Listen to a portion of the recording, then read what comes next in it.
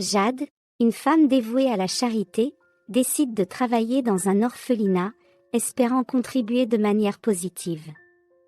Cependant, son expérience prend une tournure inattendue lorsqu'elle se retrouve face à un garçon qui ressemble étrangement à son propre fils, la laissant choquée. L'impact de cette rencontre déclenche un voyage émotionnel de révélation et de réflexion profonde.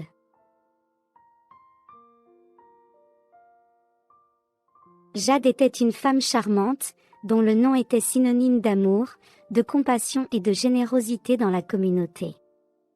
Mariée à François, un partenaire tout aussi dévoué, ils formaient un couple qui inspirait tous ceux qui les entouraient.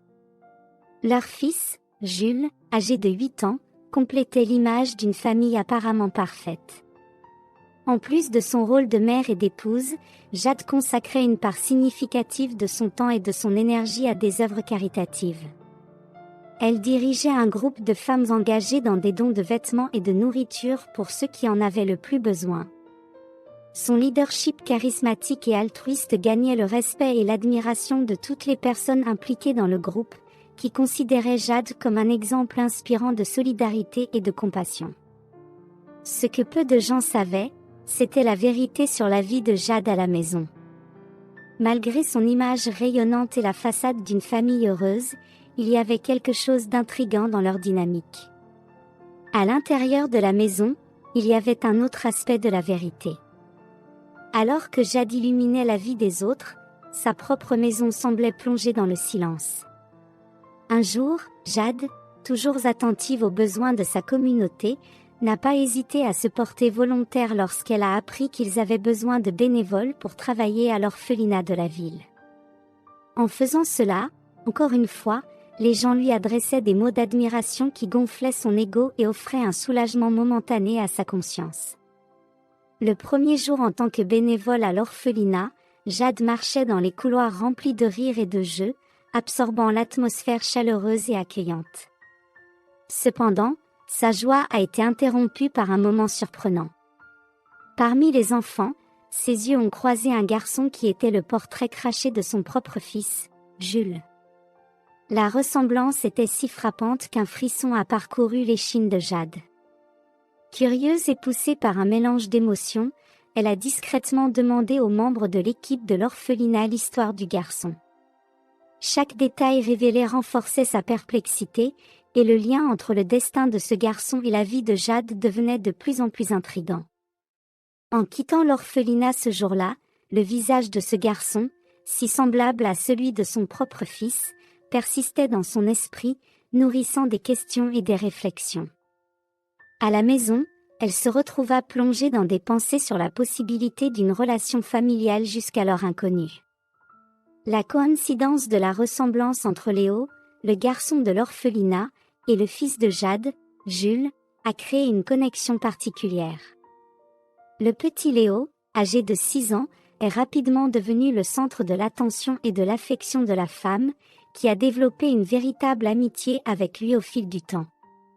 Enthousiasmée, elle a commencé à découvrir les goûts et les préférences de Léo. Elle a remarqué que sa présence illuminait le visage du garçon, apportant de la joie à ses journées. Animée par cette connexion, Jade s'est de plus en plus investie pour entretenir cette amitié, partageant des moments et des expériences qui rendaient les jours passés à l'orphelinat mémorables pour les deux.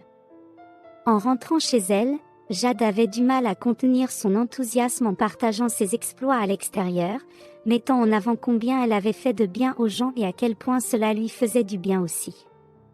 Pendant ce temps, François, son mari, écoutait avec fierté les bonnes actions de sa femme, mais il voulait aussi partager quelque chose de spécial à propos de leur fils. Avec un visage rayonnant de joie, François a commencé à parler de la réunion scolaire de Jules et de sa réalisation en tant que meilleur élève de la classe.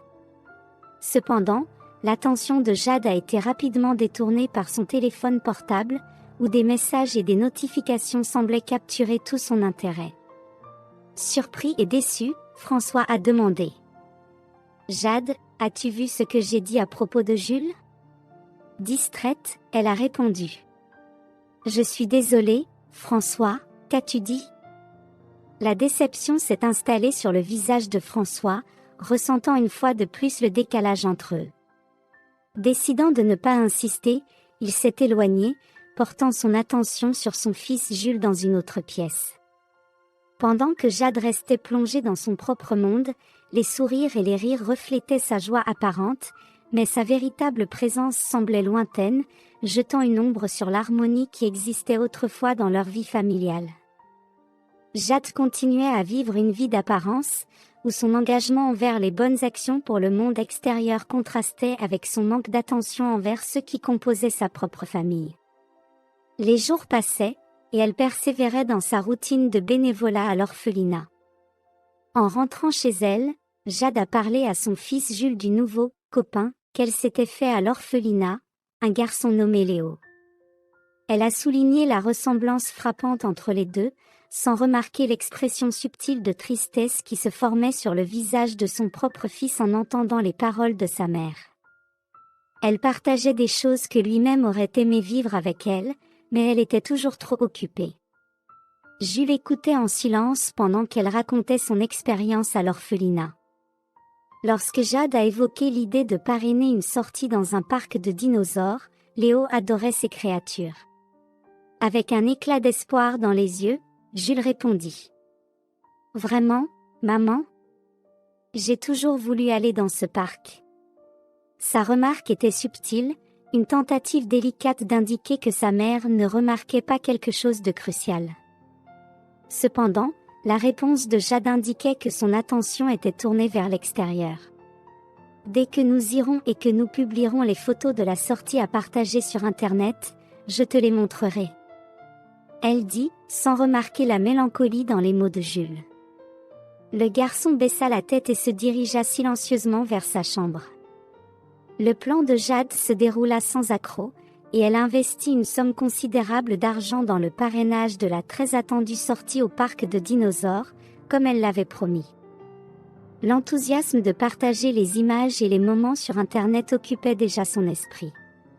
François, le mari de Jade, travaillait sans relâche pour offrir une vie confortable à sa famille. En apprenant la sortie, et connaissant le désir constant de Jules de visiter le parc, il suggéra l'idée d'inclure leur propre fils dans l'excursion avec les enfants de l'orphelinat.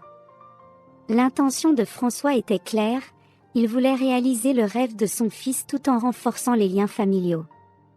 La réponse de Jade laissa un goût amer de déception. « Nous ne pourrons pas emmener Jules, » dit-elle, minimisant l'importance de la proposition de son mari. La justification était d'être trop occupé. François, résigné, accepta la réponse, bien qu'une ombre d'inquiétude plana sur lui.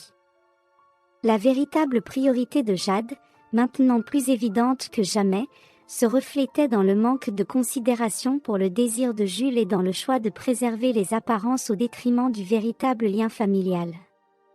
La journée de la sortie au parc de dinosaures fut une expérience mémorable pour tous les enfants. La joie et l'excitation étaient palpables, et le parc offrait des moments inoubliables, remplis de rires, de jeux et de découvertes. Les enfants, enveloppés par la magie du lieu, profitaient de chaque détail, créant des souvenirs qu'ils emporteraient avec eux toute leur vie. Au milieu de l'amusement, Léo, le petit orphelin qui était devenu le petit ami spécial de Jade, s'approcha d'elle dans un moment de gratitude. « Tante Jade, merci beaucoup pour aujourd'hui.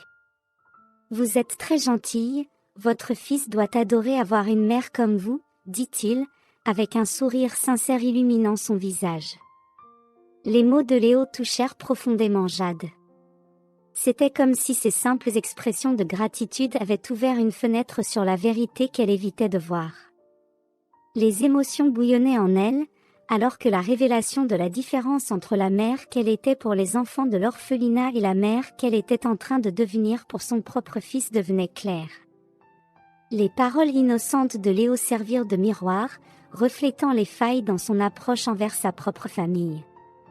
Alors qu'elle apportait de la joie aux enfants qui n'étaient pas les siens, elle négligeait le bonheur et les désirs de son propre fils.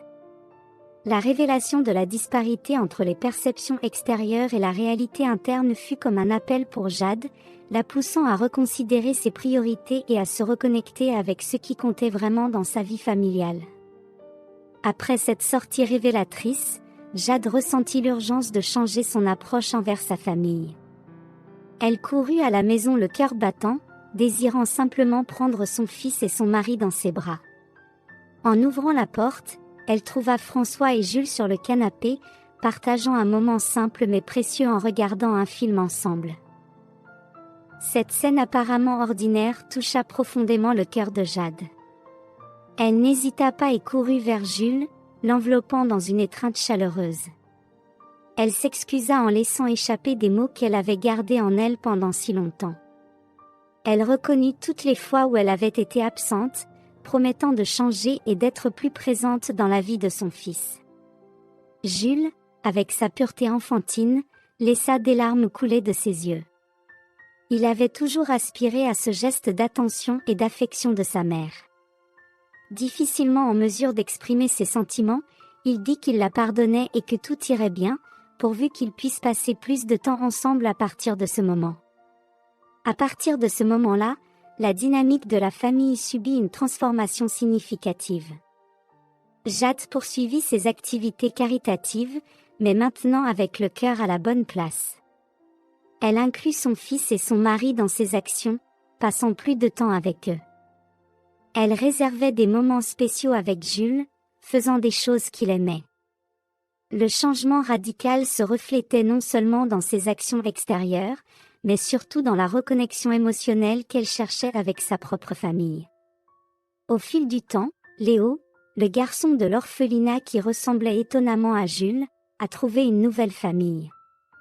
Il a été adopté par des parents aimants qui lui ont offert une vie pleine de bonheur et d'opportunités. Bien qu'il n'ait aucun lien biologique avec Jade, la ressemblance entre les deux garçons est devenue un rappel constant pour Jade. En observant la vie heureuse de Léo après l'adoption, Jade a finalement réalisé que la rencontre avec ce garçon n'était pas simplement une coïncidence.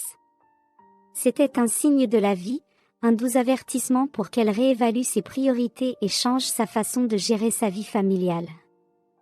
L'histoire de Léo est devenue un miroir pour Jade, reflétant non seulement les similitudes physiques entre les deux garçons, mais soulignant également l'importance d'être présente et impliquée dans la vie de son propre fils, Jules, et de son mari. Ainsi, la réflexion finale qui émerge concerne la capacité humaine à se transformer et à apprendre continuellement. La vie, avec ses signes et ses rebondissements, nous invite constamment à réévaluer, à améliorer et à nourrir les connexions qui comptent vraiment. Si vous avez aimé l'histoire, je vous prie de bien vouloir laisser un « j'aime » et cette autre vidéo qui apparaît à l'écran maintenant pourrait également vous émouvoir. Je vous souhaite une bonne séance et à la prochaine vidéo.